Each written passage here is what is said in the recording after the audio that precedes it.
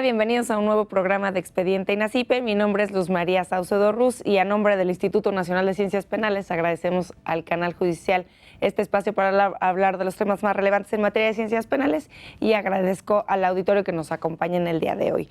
El tema que tocaremos el día de hoy es el futuro de las Islas Marías y para hablarnos de este tema nos acompaña el doctor Andric Núñez, quien es catedrático en el Instituto Nacional de Ciencias Penales y también fue titular de la Unidad de Asuntos Legales y Derechos Humanos del órgano administrativo desconcentrado de Prevención y Readaptación Social de la Secretaría de Gobernación.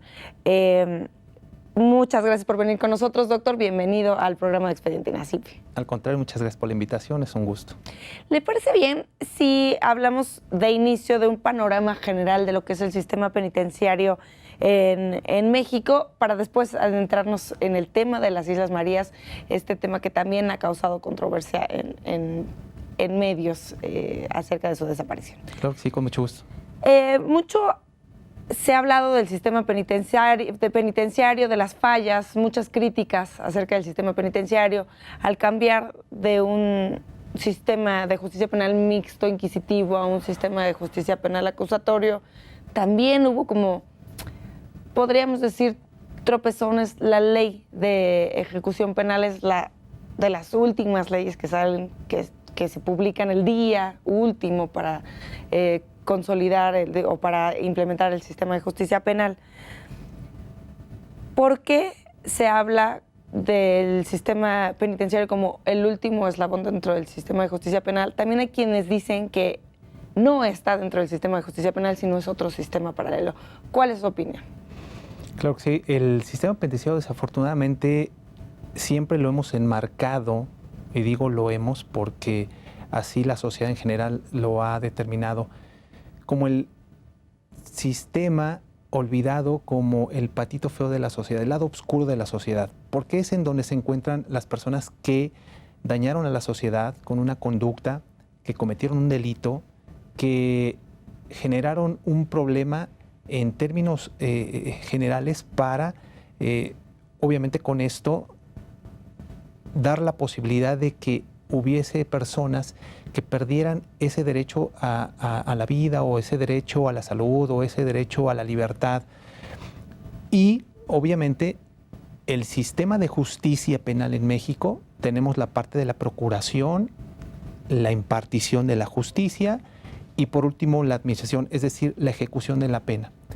Y en este sentido el derecho penitenciario nos establece como el fin de la pena el readaptar a la persona que ha sido sentenciada, que ha sido privada de su libertad, pero a través precisamente de un tratamiento progresivo técnico como lo marcaba la Constitución en su artículo 18. Y esto mucha gente no lo entiende. Cree que pues la gente que delinque tiene que ser castigada severamente, tiene que ser privada de su libertad y obviamente no darle la oportunidad de salir. Porque hay mucha gente que dice que no se readapta, no se reinserta, no se reincorporan, no se curan, no se sanan. Ferri decía que los internos son como cualquier persona enferma y hay que darles una cura, un tratamiento precisamente para que cambien esa situación que les generó el llevar a cabo una conducta delictiva. Peor aún, se escucha de los ciudadanos en general, de la ciudadanía, es que las cárceles o las prisiones son escuelas de la delincuencia. Esto es una realidad. Desde mucho tiempo atrás se decía, y se sigue diciendo en algunos casos, que es el lugar en donde las personas que llegan ahí se gradúan en la criminalidad, porque desafortunadamente ha habido diferentes administraciones las cuales han trabajado arduamente para quitar toda esa problemática, pero hay otras que desafortunadamente por la cuestión, volvemos a lo mismo, el presupuesto que se le asigna a las instituciones penitenciarias es poco. Y aunado al grave cáncer que tenemos dentro de las instituciones, que es la corrupción, pues con mayor razón no llega el presupuesto y obviamente la gente adentro tiene que sobrevivir, tiene que subsistir, a pesar de que la Constitución, la Ley de Normas Mínimas, las normas internacionales en materia de derechos humanos dicen que todos los internos deben ser tratados y deben de darles una vida en la cual tengan la posibilidad de readaptarse. Y desafortunadamente, pues en muchos lugares tenemos hacinamiento, sobrepoblación, la corrupción genera que exista dentro de las instituciones penitenciarias alcohol, droga, prostitución, todo tipo de golpes, de violaciones a los derechos humanos. Y eso, obviamente, pues la gente y la sociedad en general no lo ve bien. Y si no lo ve bien, pues obviamente dice, ¿por qué tenemos que pagar de nuestros impuestos para que los delincuentes vivan bien? Y yo creo que tendríamos que cambiar un poquito esa forma de pensar. Si la gente verdaderamente se ocupara de darle ese seguimiento al tratamiento que se les da a los internos, podríamos tener la posibilidad de reinsertarlos a la sociedad y generar que esos hombres sean hombres de bien. Porque los etiquetamos, automáticamente quedan etiquetados cuando salen de la prisión y no se les da trabajo. Entonces, ¿qué es lo que hacen? Buscan otras alternativas. A mí, cuando tuve un menor de edad en el sistema de justicia para adolescentes, me decía, yo cuando salga de aquí tengo que regresar a lo mío porque pues no me alcanza con lo que me pagan en un trabajo de 8 horas, ¿no? Entonces, cuando llegan a la mayoría de edad y están inmersos en ese sistema, pues la misma sociedad los obliga o ellos mismos deciden irse hacia lo más fácil. Es que es difícil competir con pues, los beneficios económicos que pueden obtener de la delincuencia, ¿no? Eso lo sabemos. Me gustaría que habláramos de ciertos problemas que se pueden percibir, aparte de los que ya estamos mencionando, en el sistema penitenciario. Por ejemplo, el autogobierno. Se sabe que existe autogobierno en algunas de las prisiones. ¿A qué se debe? ¿Cómo es que se permite que se dé este tipo de situaciones en las prisiones? Lamentablemente, en algunas cárceles, no en todas, pero sí en algunas, tenemos cárceles federales, estatales y municipales. Insisto, el presupuesto que se le da a cada una de ellas es diferente. Un interno, en promedio, nos cuesta a la sociedad alrededor de 150 pesos diarios por interno. Y esto obviamente genera un gasto excesivo en cuanto a la operación de cada uno de los centros. Cuando los centros no tienen ese recurso, ¿qué es lo que hacen? Entonces, dentro de las instituciones, los mismos internos cobran el derecho de piso, cobran el derecho para las comidas, cobran el derecho para el agua, cobran el derecho para todo lo que ahí se hace. Si alguien lleva trabajo, que algunas instituciones públicas y algunos empresarios del sector privado llevan trabajo a las instituciones penitenciarias, eso también genera una problemática, porque no hay espacios, no hay personal suficiente para que puedan tener ese aseguramiento de todo lo que llevan, la industria que llevan a las instituciones para que puedan ser manejadas adecuadamente. Y el personal que las labora son muy pocos los que quieren trabajar. Y también interés del mismo interno en trabajar. O sea, yo tuve oportunidad en alguna ocasión de ir al reclusorio norte, ¿no? Y bueno, sí había espacios para trabajar. También estuve en Santa Marta, en la parte de las mujeres. Y sin embargo, había espacios vacíos, ¿no? O sea, había muchos espacios para trabajar, sin embargo, poco interés del interno en participar en estas actividades que aparte son remuneradas, ¿no? ¿Por qué ese desinterés por parte de los internos en participar en estas actividades? Bueno, aquí debemos de partir de dos cosas. Una, tenemos internos procesados e internos sentenciados. Los sentenciados son los que están de alguna manera un poco más obligados a trabajar. No están obligados en cierta forma. Lo que sí es que para poder obtener un beneficio de libertad anticipada, tienen que trabajar, tienen que estudiar, tienen que capacitarse, tienen que tener buena conducta, tienen que haber participado en todos los diferentes tipos de actividades culturales, recreativas y deportivas que se organizan. Y todo eso va a su expediente. Llevan un récord. El personal técnico debe de llevar un récord de todas las actividades que llevan los internos. Y eso les genera la posibilidad de que cuando les realizan los estudios criminológicos, biopsicosociales, detectan que efectivamente el interno está progresando. Entonces, se les da la oportunidad dependiendo del delito. Desafortunadamente, hay delitos que, pues por default no tienen ningún tipo de beneficio. Y entonces son a las personas que los condenan a una pena de 60 años, 80 años, 100 años, o sea, se les van acumulando y dicen, ¿para qué trabajo? Si ya no voy a salir. Entonces pierden ese interés y entonces empiezan a hacer otras cosas. En el medio se les dice a ese tipo de personas que son los famosos cheques en blanco, porque son a los que utilizan los mismos internos que tienen el poder económico para que hagan y deshagan las cosas que ahí adentro pueden suceder, ¿no? Porque ya no tienen interés. Ya no tienen interés. Ya no van a, ya no van hay a opción salir. para salir. Así es. Bueno, pues este es otro de los grandes problemas. Me gustaría que habláramos de, y voy como por algunos de los aspectos principales dentro del sistema penitenciario, ¿no? Que es el trabajo, la salud, cómo están los centros penitenciarios, cuál es la forma correcta de llamarles, ¿no?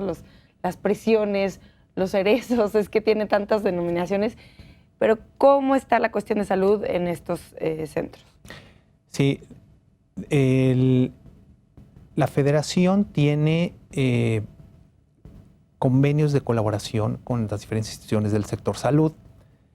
En algunos lugares se tiene la atención por parte del personal del IMSS, por parte del personal de la Secretaría de Salud.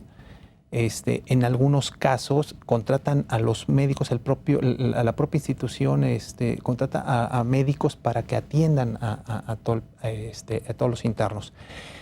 Hay algunos lugares que tienen excelentes instalaciones médicas.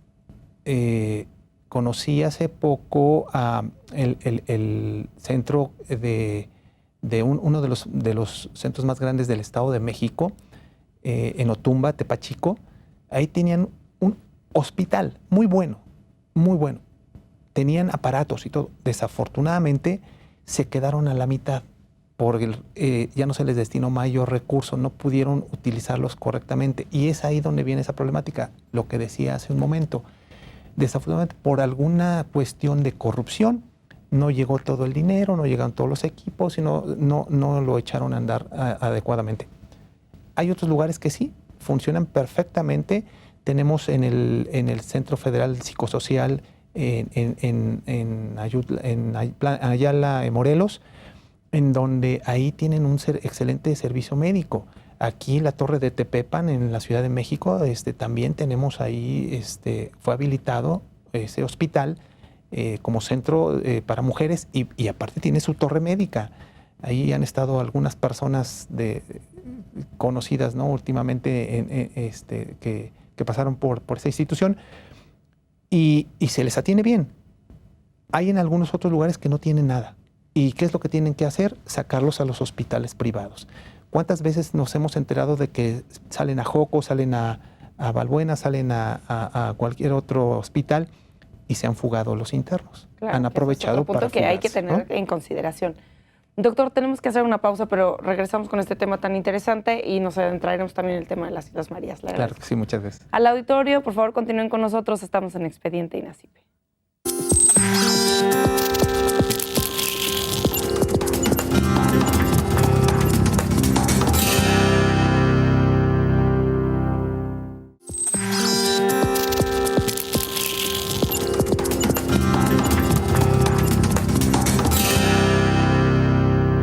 Gracias por continuar con nosotros en Expediente INACIPE. Les comento que pueden estar en contacto con nosotros a través de nuestro Twitter, que es @expediente_. Aparecerán sus pantallas a lo largo del programa. Y también los invito a suscribirse a nuestro canal de YouTube, que es Expediente INACIPE, donde podrán consultar y ver los programas que ya hemos transmitido por el canal judicial.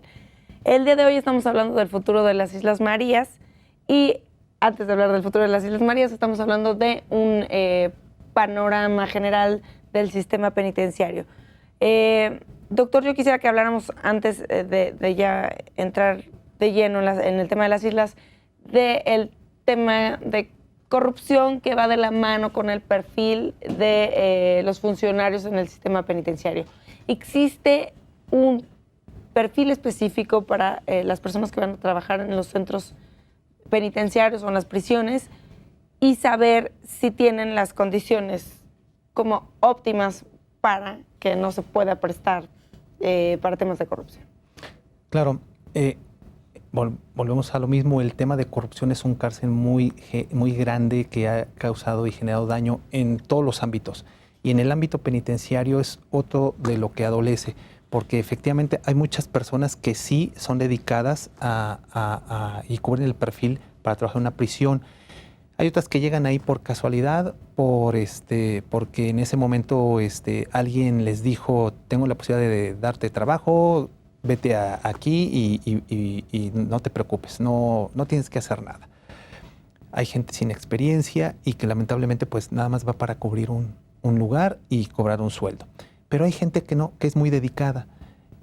Y todos estos perfiles que se deben de determinar para personal directivo, técnico, administrativo, de seguridad y de custodia, deben de pasar precisamente, no solamente primero por las evaluaciones de control y confianza, sino también por una capacitación técnica operativa, porque no es lo mismo el que a alguien le enseñen el marco jurídico de la institución penitenciaria, cuál es la parte operativa en un aula, sino que tienen que vivirla. Cuando yo trabajaba en el Programa Nacional de Capacitación Penitenciaria y capacitábamos precisamente a todo el personal penitenciario a nivel federal, estatal y municipal, la gente siempre decía, es que todo lo que dice la ley, todo lo que dice la doctrina y todo lo que nos viene a platicar es muy bonito, pero ya la realidad es otra, ya estando en servicio es otra. Y sí, efectivamente, el vivir una cárcel es totalmente diferente a la teoría. Y aquí es donde debemos de ver que la persona que va a trabajar debe tener el compromiso de ser un servidor público de carrera. Para eso hemos, durante muchos años, en diferentes foros, hemos insistido en que debe de existir el servicio profesional de carrera para el personal penitenciario en todos los niveles, porque de ahí partimos que si una persona está trabajando correctamente, tiene un expediente limpio, hay que darle la oportunidad de seguir creciendo. Si llegó una persona, por ejemplo, en mi caso yo lo pongo así, llegué al jurídico como abogado penitenciario y de ahí empecé a trabajar y después me dieron la jefatura, después me dieron la subdirección, después me dieron la dirección. ¿Y por qué no la dirección general? ¿Por qué no permitir que esa persona que está esforzándose, que está estudiando, que se está preparando constantemente, le den esa oportunidad? Porque conoce el medio y conoce todas las formas. Aquí, lamentablemente, todavía no se puede aterrizar ese programa de la carrera penitenciaria. Pero bueno, sería sería el panorama ideal para el funcionario público que trabaja en el sistema penitenciario. Y además de eso, darle la oportunidad de tener un buen sueldo, porque volvemos a lo mismo, desafortunadamente... Para que no se presten a la corrupción, ¿no? Exactamente.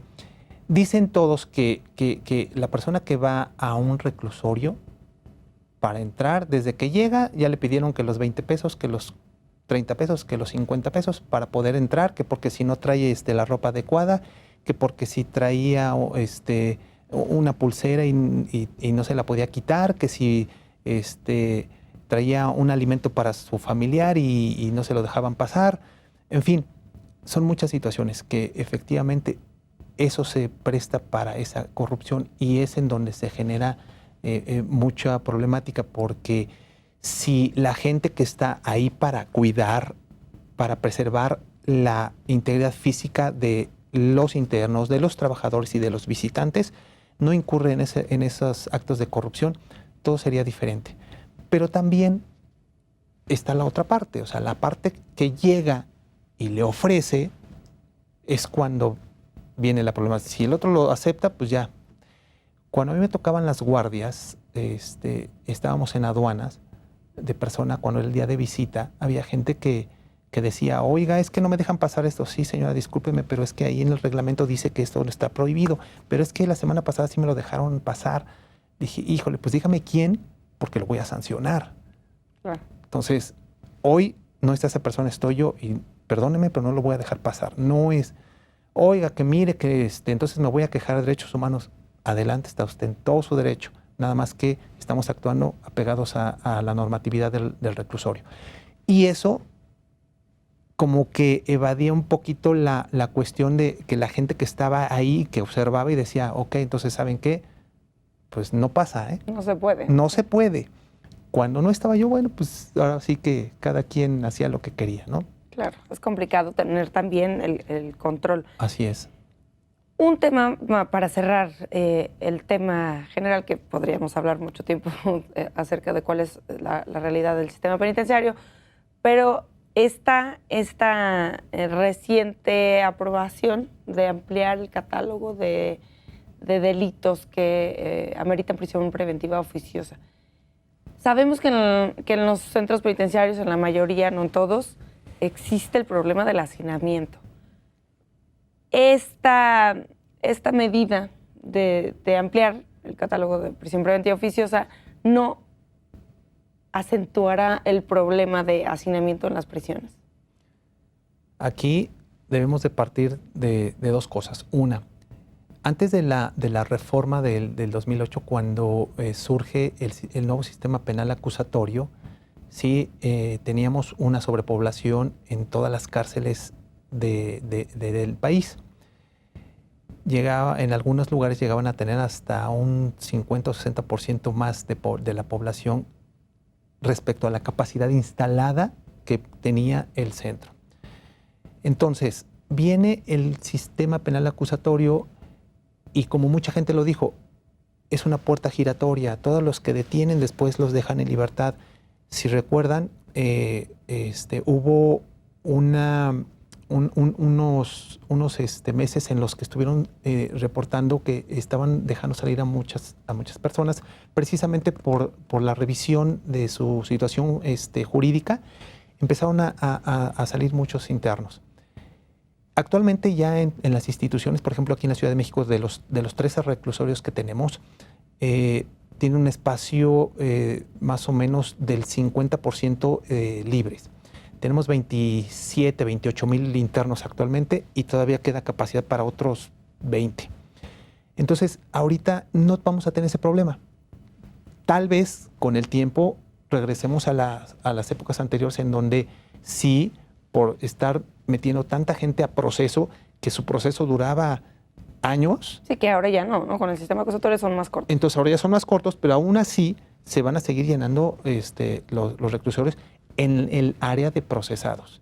Porque ya cuando termina y si hay una sentencia y causa ejecutoria, entonces automáticamente se tiene que ir al área de sentenciados ejecutoriados, ya sea del mismo reclusorio o lo pasan a la penitenciaría de Santa Marta, que precisamente la penitenciaría es para eso, para compurgar las penas. Se ampliaron los espacios en el reclusorio norte, en la penitenciaría de Santa Marta, hicieron modificaciones precisamente por la situación que estaba prevaleciendo del sobrecupo. En alguna reunión nacional de directores generales de prevención y readaptación social que tuvimos hace algunos años, decían, qué bueno que ya están construyendo más centros. Y otros decían, no, espérame, eso creo que es malo porque eso quiere decir que está aumentando la criminalidad y vamos a seguir llenando las cárceles. Lo que tenemos que hacer en nuestra sociedad es trabajar más con la prevención para evitar precisamente que lleguen tantas personas a las cárceles. Ahora, de los que llegan, pues tenemos que hacer cumplir la legislación que es el fin de la pena en cuanto a prevenir que sigan delinquiendo otros y el que ya delinquió que no lo vuelva a hacer, que no recaiga, que no reincida cuando sale. Digo, reincidencia. Entonces, ya lo reinsertaron a la sociedad, ahora hay que cuidar que no vuelva a reincidir. Perfecto, pues vamos de lleno al tema de las Islas Marías. Si le parece bien, platíquenos un poco acerca de cuál es la historia de las Islas Marías como un centro penitenciario. Tuve la oportunidad de ir 2 veces a la Isla Marías, una en el 97, antes de que cambiaran y modificaran el sistema.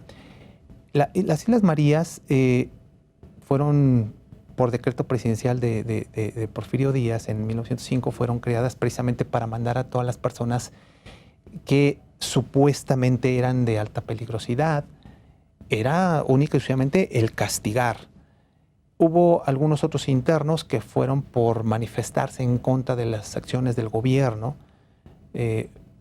y eso generó que la isla pues fuera teniendo personas ahí que no se les respetaban los derechos humanos. Simplemente el picar piedra y el sacar la sal del mar, pues eso generaba una tortura totalmente en contra de la persona, porque el sol les quemaba, el reflejo del sol en el mar, en la arena, en la sal, pues les dañaba la vista, quedaban ciegos, las quemaduras eran tremendas. Entonces, todo eso generó molestia, generó una presión por parte de las organizaciones internacionales en materia de protección de los derechos humanos. Posteriormente fueron cambiando paulatinamente cuando el presidente Lázaro Cárdenas autoriza que las familias se integren a las islas con los internos. No eran muchos, eran a lo mejor nada más 2 o 3 personas por cada interno, y de esa manera, pues bueno, fueron creando trabajos. Viene la reforma del 70, que fue de alguna manera impulsada por el doctor Sergio García Ramírez, quien, viendo toda esta problemática que existía en las prisiones y sobre todo en Islas Marías, se viene el sistema al aperto, que quiere decir al aire libre. Los internos podrían trabajar en agricultura, en algunas cuestiones de ganadería, pesca, ¿sí? Y algunas otras actividades que les generaran de alguna manera un recurso para poder subsistir dentro de la isla. Y eso trajo como consecuencia el que muchos internos pudieran reincorporarse a la sociedad y no volver a delinquir. Hubo mucha gente que creía que esas personas sí se reinsertaban, sí se readaptaban. Y en ese periodo no estaban con familias, no eran con... Sí estaban con familias. Después, cuando viene la reforma del 70, viene la protección de los derechos humanos, viene el sistema progresivo técnico, en donde a través de un tratamiento técnico con las distintas áreas y disciplinas, que por ejemplo trabajo social, medicina, psicología, psiquiatría, criminología, pedagogía, en fin, todas en su conjunto trabajaban precisamente para elaborar un diagnóstico, un pronóstico y un posible tratamiento para cada uno de los internos, de forma individualizada y colectiva. Y eso representaba un avance para que los internos pudieran trabajar, para que pudieran capacitarse, para que pudieran seguir estudiando. Y posteriormente, a pesar de que estaban lejos de la población en general, que inclusive uno de los internos más famosos ahí fue José Revueltas, que escribió Muros de Agua, porque precisamente a todo donde volteábamos a ver, pues era mar, no había otra forma de estar ahí. Sin embargo, la gente se sentía al aire libre porque hicieron campamentos. Después hubo una situación en la que se estableció que, de acuerdo a la clasificación que se realizaba por cada interno, los ponían en uno de los campamentos y después los iban cambiando de acuerdo al tratamiento que iban siguiendo.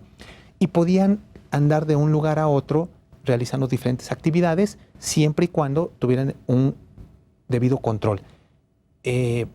Para la seguridad de la isla tenían custodios, pero eran muy poco. Aparte tenían al personal de la Marina, que estaban en puntos estratégicos en cada uno de los campamentos, donde era como un tipo retén, donde iba a pasar un interno y tenía la autorización para pasar de un campamento a otro. Y así fue trabajando y se fueron generando cosas buenas. Desafortunadamente después viene la época en que a alguien se le ocurrió de construir unos centros penitenciarios ahí. Y en el gobierno del presidente Calderón fue cuando se construyeron esos centros. Se quitaron los campamentos. Las casas donde vivían los internos pues se desecharon, se construyeron muros, celdas, todo con última generación, todas electrónicas, biométricos, todo para poder meter ahí a los internos. Porque la población en los años 70, 80 era alrededor de, no sé, cuando mucho 3,000 internos, con familia, ya con familia. Viene la remodelación, digámoslo así, y entonces meten hasta 8,000 internos, sin familia. Cada uno de esos reclusorios que hicieron fueron para diferentes tipos de perfil criminológico. Entonces, uno de esos... ¿Cuándo se hablaba de que las Islas Marías iba a volver una prisión de ultra máxima seguridad? Sí, desafortunadamente lo manejaron única y exclusivamente para ciertos personajes no famosos, porque ahí nunca estuvo un Chapo Guzmán, un Z40, un Félix Arellano, de todos los personajes que conocemos, que son de los que han estado en el Altiplano, o Almoloya, o en Puente Grande, o en Matamoros. Nunca de ellos nunca estuvieron ahí, pero llevaron a otro tipo de personal. Porque antes de que surgiera esa construcción, la gente que iba para allá era entre 20 y 50 años con un perfil de baja criminalidad, que tenía posibilidad de salir con sentencias cortas y obtener beneficios. Cambian a ese sistema y efectivamente se vuelve otra vez una cárcel de encierro de 23 horas por una de sol. Querían estar en la vanguardia, querían estar en acreditados y certificados por una asociación de correccionales de América, que es de Estados Unidos, que les da una certificación de que las cárceles están en perfectas condiciones y que operan para lo que son. Y eso fue lo que hicieron. Se certificaron, crearon todos estos reclusorios. Aquí la cuestión fue que hubo participación del sector privado en la construcción y obviamente en todo lo que es la parte del equipamiento que se llevó para allá. Y todo eso, ¿qué ganaban los que invirtieron ahí? Pues los contratos de prestación de servicios. El que equipaba con todas las cámaras de seguridad, pues tenía su contrato para estar cambiándolas, arreglándolas, modificándolas, etcétera. El de la comida, el de los muebles, las impresoras, o sea, todo era a través de contratos. Y esto, obviamente, también generó que se volviera a lo mismo, una cuestión de corrupción en donde había gente que utilizaba esos contratos, pues, para obtener beneficios y lucros a través de los diferentes, de las diferentes partidas, ¿no? Yo recuerdo que cuando estábamos ahí en el órgano, el señor comisionado siempre me decía, cuidado con los contratos, revísalos bien, que todos sean bien dictaminados, que no haya ningún problema para no incurrir posteriormente en una responsabilidad. Y gracias a Dios salimos todos sin ningún tipo de responsabilidad porque todo estuvo ahí transparente. Y está el tema de pues la geografía, de los recursos naturales en la isla. ¿Qué tan problemático fue o es en cada una de las vertientes que se presentaron como un centro penitenciario, pues la situación geográfica y de recursos naturales en las Islas Marías? Y que en general esta prisión estaba solo en una de las islas, ¿no? Sí, es un lugar que está conformado por 3 islas, la isla Madre, la isla María Magdalena y María Cleofas, pero solamente la isla Madre es la que estaba habitada. De hecho, la UNESCO la protegió por toda la zona tan vasta, tan bonita que tenía en cuanto a la biosfera marina y vegetativa y todo. Y a pesar de eso, a pesar de que estaba protegida por la UNESCO, se construyeron esos centros y eso generó, obviamente, el que el ambiente fuera pues dañado. Talaron árboles, áreas que estaban protegidas, las quitaron y construyeron los reclusorios. Entonces levantaron muros y pues ahora pues, no se pueden quitar porque sería atentar contra el patrimonio del gobierno. También. Voy a dejar abierta la pregunta. Esta situación de recursos naturales no dio problemas, por ejemplo, para que se dieran motines, porque se sabe que sí se dieron algunos de estos tipos de problemas en las Islas Marías. Quisiera que nos platicara por qué y qué es lo que sucedió, pero tenemos que hacer una pausa. Gracias. Al auditorio, continúen con nosotros, estamos en Expediente INACIPE.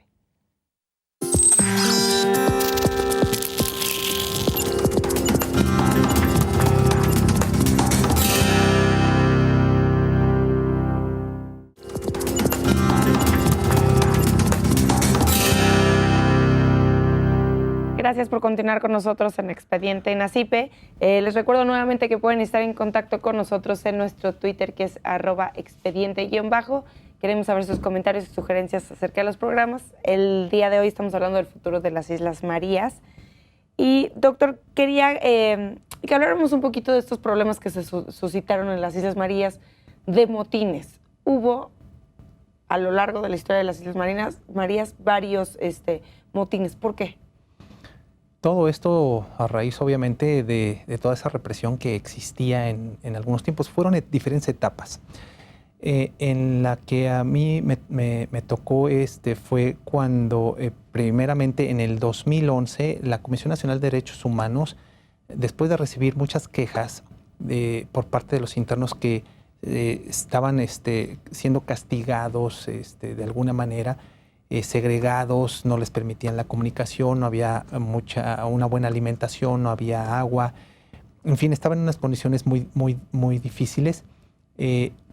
La comisión hizo una investigación y obviamente a raíz de esto emitió una recomendación, la 90-2011, porque el Estado mexicano estaba obligado precisamente a responder a estas quejas y resarcir el daño. Posteriormente, en el 2012, vuelven a hacer otra visita los diferentes comisionados y visitadores hacia la isla y verifican que continúan con esa problemática a pesar de que ya había existido esa recomendación. En el 2013, el 2 de febrero del 2013, en el ceferezo denominado Laguna del Toro, que es uno de los que construyeron, que era el que se suponía que era el de máxima seguridad, explotó un motín. Y de ahí se derivan que los otros también generen problemas.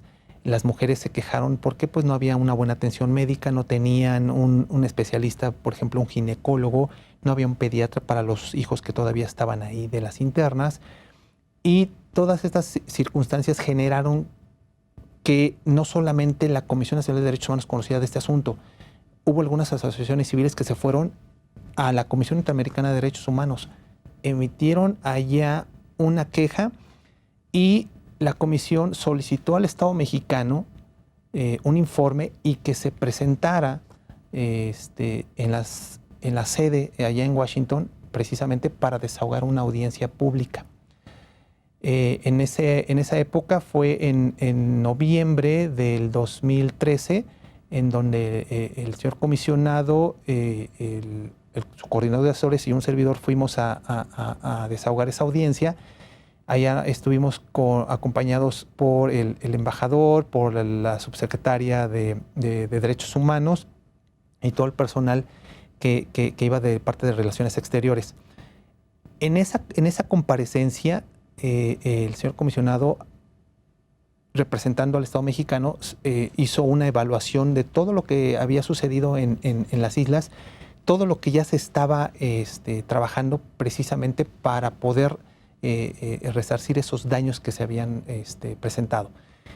Se hizo una invitación a las organizaciones civiles, a la Comisión Interamericana de Derechos Humanos para que en los siguientes meses hicieran una visita a la isla y verificaran todo lo que se había avanzado ya en esa situación. Había gente que ya tenía que salir, se estuvo trabajando con el área de ejecución para revisar cada uno de los expedientes y con el personal técnico, y se empezaron a dar las libertades. A otros se hizo cambios de centro, los reubicaron en algunos centros ya estatales. Y respecto a las mujeres, había una situación muy especial, porque ahí decían que no debía de haber mujeres. Las mujeres, la problemática que tenían, y la mayoría, es que no tenían mucha visita con frecuencia, por la cuestión de que el traslado hacia la isla lo hacían en barco, iban familiares, pero hasta cierto número, y no cabían tantos en el barco. Y se iban programando a cada una de ellas. Y luego las instalaban no en el mismo reclusorio como tal, no, había un espacio, unas casas exclusivas para cuando iban las visitas, y ahí se quedaban una semana y luego los regresaban. Esto generó que fuera un poquito más tranquilo el ambiente, empezaron a sacar gente, y a la doctora Ruth Villanueva y a un servidor les correspondió ir a entrevistar a las mujeres, hacer encuestas, las videograbamos para que ellas mismas manifestaran sus inconformidades respecto al trato que recibían ahí. No voy a mentir, el 90% de las mujeres que entrevistamos, ninguna quería salir de la isla. Todas decían que estaban muy bien. Por lo único que hubieran querido salir en ese momento era porque querían tener mayor contacto con la familia, pero que por todo lo demás estaban bien.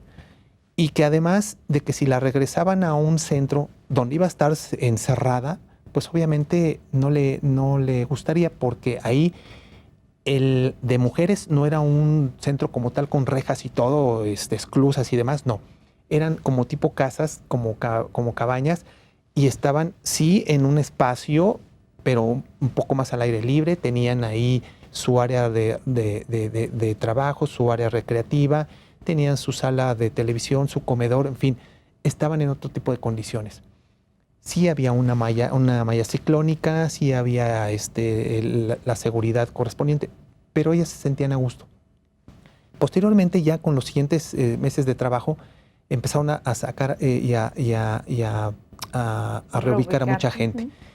Terminaron por sacar a todas las mujeres, porque precisamente esa era una de las finalidades. Y no solo a las mujeres, porque, bueno, el tema es que recientemente el presidente López Obrador firma un decreto por el medio del cual las Islas Marías dejará de ser un centro penitenciario. Uh-huh. Y él hablaba en su conferencia matutina de que había 600 internos, cuando usted nos habló que en el periodo del presidente Felipe Calderón había hasta 8,000. Así es. Entonces, ¿qué ha sucedido con estos internos? Y que nos hable un poquito de cuáles son las implicaciones de esta decisión del presidente de cerrar las Islas Marías como un centro penitenciario.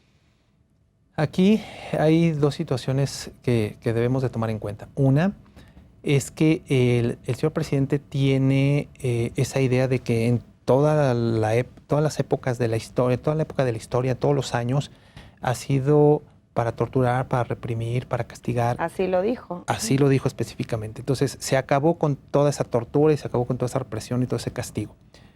Ahora los van a reubicar a los diferentes centros.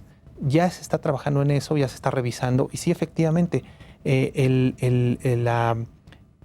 órgano administrativo del Consejo de Previsión y Readaptación Social en su página dice cuántos internos hay actualmente. Son 659, de los cuales la mayoría son de baja peligrosidad. Hay 200 que por su situación jurídica ya alcanzan un beneficio de libertad anticipada y otros que seguramente compurgarán ya su pena, y esos son los que van a dejar en libertad. ¿Qué pasa con los restantes, con los 459? Los van a reubicar. De acuerdo al censo que se tiene, la Ciudad de México es de donde hay más personas en Islas Marías. Tienen 120 personas de Islas Marías que son de la Ciudad de México, los van a tener aquí en la Ciudad de México. Los menos, hay otros del Estado de México, y los menos, como Quintana Roo, Yucatán, que tienen 2 o 3 nada más, igual los van a regresar a sus lugares. Pero hay otros en los que no los van a poder reubicar en su estado y los van a tener que llevar a un centro federal por el tipo de delito. Hay algunos que son federales y otros que son estatales, y esos, de acuerdo a la Constitución, dice que todos los internos, sea del delito que sea, tienen que compurgar su pena lo más cercano a su domicilio. Pero, por ejemplo, el fiscal de Chihuahua ya dijo en una conferencia que emitió después de saber de este decreto, es que en Chihuahua tienen una sobrepoblación del 30%. No son muchos los que les van a regresar, pero a final de cuentas van a seguir teniendo esa sobrepoblación. Y además son de diferente perfil. ¿Qué es lo que va a suceder con estas personas? Cuando lleguen ahí, obviamente vienen de un lugar en donde no ha tenido tanto encierro, tanta problemática por la cuestión de la corrupción, y van a llegar a un lugar en donde probablemente, digo, no lo afirmo, pero probablemente pues van a empezar a tener problemas porque se van a tener que adecuar a las nuevas disposiciones que existen en ese reclusorio, ¿no? Es distinto el cumplir tu pena en las islas que en otro centro penitenciario o cualquier otro. Así es. Entonces, esto de reubicar a todas las personas está bien, siempre y cuando pues no represente esto un retroceso en el tratamiento o en el avance que ya tienen para poder compurgar su pena y alcanzar una libertad. El presidente mencionaba que las islas se convertirán en un centro para la cultura y las artes. Sí. Sin embargo, bueno, existen estas edificaciones que son los centros que se construyeron. ¿Cuáles serán como las implicaciones en términos de costos para poder convertir las Islas Marías en un centro para la cultura y las artes? Esa es una buena pregunta que todos estamos esperando a ver cómo lo van a realizar, porque él señaló, se van a ahorrar 727 millones. Sí, 727 millones. Entonces, ese va a ser el ahorro. Vamos a tener una isla como Alcatraz, va a ser un museo o va a ser un centro de visitas para la cultura, para el arte, ¿para qué? Pero también nos dice que ahí va a ser una oportunidad para los jóvenes de hacer prácticas profesionales. Todavía no sabemos de qué. Mi pregunta es, ¿qué tan lejos está la isla madre de la costa México? Hay dos formas de llegar a la isla, por cielo y por mar. Del puerto de Mazatlán o en Nayarit salen el barquito y aproximadamente a la isla harán 16, 17, 18 horas dependiendo el tiempo. Es que eso no es como Alcatraz, ¿no? O sea, Alcatraz se hace 1 hora o menos. Sí, y en avión, a mí la primera vez que fui, fue en el 97, fue en una avioneta de esas que ya viejísimas de la Segunda Guerra Mundial casi, de ahí de Nayarit a la isla hicimos 45 minutos. Tampoco es tan cerca, 18 Entonces, horas por menos. Esto complica un poco el sentido y el futuro de que sea un lugar para la cultura y las artes, ¿no? Porque, bueno, a Alcatraz puedes ir porque vas en un día y vuelves y te ocupará lo más todo el día, ¿no? Claro. Toda la mañana, toda la tarde. Sin embargo, ¿cómo hacer estos trayectos de 18 horas por barco para ir a hacer? Porque hablan de un campamento, porque hablan de campamentos, porque hablan de prácticas profesionales, porque hablan de estar estudiando estancias, ¿no? Todas. Entonces van a tener que hacer estancias. No sé si las casas que existen, esas vayan a ser ocupadas precisamente para eso, y los reclusorios como tal van a ser únicamente como un tipo museo. No lo sé, desconozco cuál vaya a ser la situación. Sin embargo, es cierto, o sea, ¿cómo se va a sufragar ese gasto? El mantenimiento de la isla, pues van a tener que seguirlo teniendo para no deteriorarse. Y si van a hacer, no sé, tipo tours, excursiones, van a contratar barcos, aviones, y el que tenga la posibilidad, pues, si yo tengo ahorita en este momento, no sé si el barquito o el avión me cuesta 5,000 o 10,000 pesos para que me lleve y luego me traiga, como si fuera un viaje de vacaciones, lo que sea, y la estancia allá, ¿qué es lo que? O sea, y estando ahí, me van a dar de comer, o yo tengo que pagar mis comidas, o sea, todo lo que ocupe ahí. ¿Cuál va a ser esa situación? ¿Cómo va a trabajar? ¿Cuál será ese planteamiento? ¿Cuál es ese programa? Porque La isla va a depender ahora de la Semarnat, entonces ellos tienen que elaborar precisamente esos programas culturales de los que están hablando, ¿no?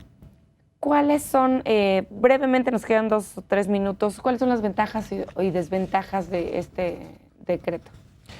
Yo creo que la ventaja es que una de los principales objetivos de la pena es que se reinserten. Entonces, todos los que estaban ahí, que bajó la población de 8,000 a 556, van a salir y van a salir reinsertados.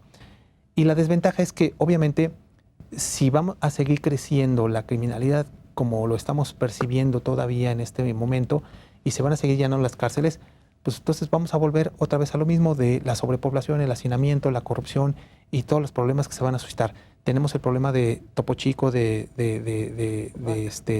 en Nuevo León, en Tamaulipas, en Ciudad Juárez, en Nayarit, en donde ha habido muchos problemas. Y eso se va a ir extendiendo a algunas otras prisiones. No, pues maestro, muchísimas gracias por venir a platicarnos acerca de pues cuál es la situación, el panorama general de la situación penitenciaria en México y de cuál ha sido la historia de las Islas Marías, y esperaremos para ver cuál va a ser el futuro. Ojalá y que sea lo mejor, así lo deseamos. Muchas gracias por la invitación, fue un honor y un placer. Le agradezco muchísimo a usted su tiempo y sus conocimientos. Al auditorio les agradezco que nos hayan acompañado el día de hoy y los invito a que nos acompañen la próxima semana en un nuevo programa de Expediente INASIPE.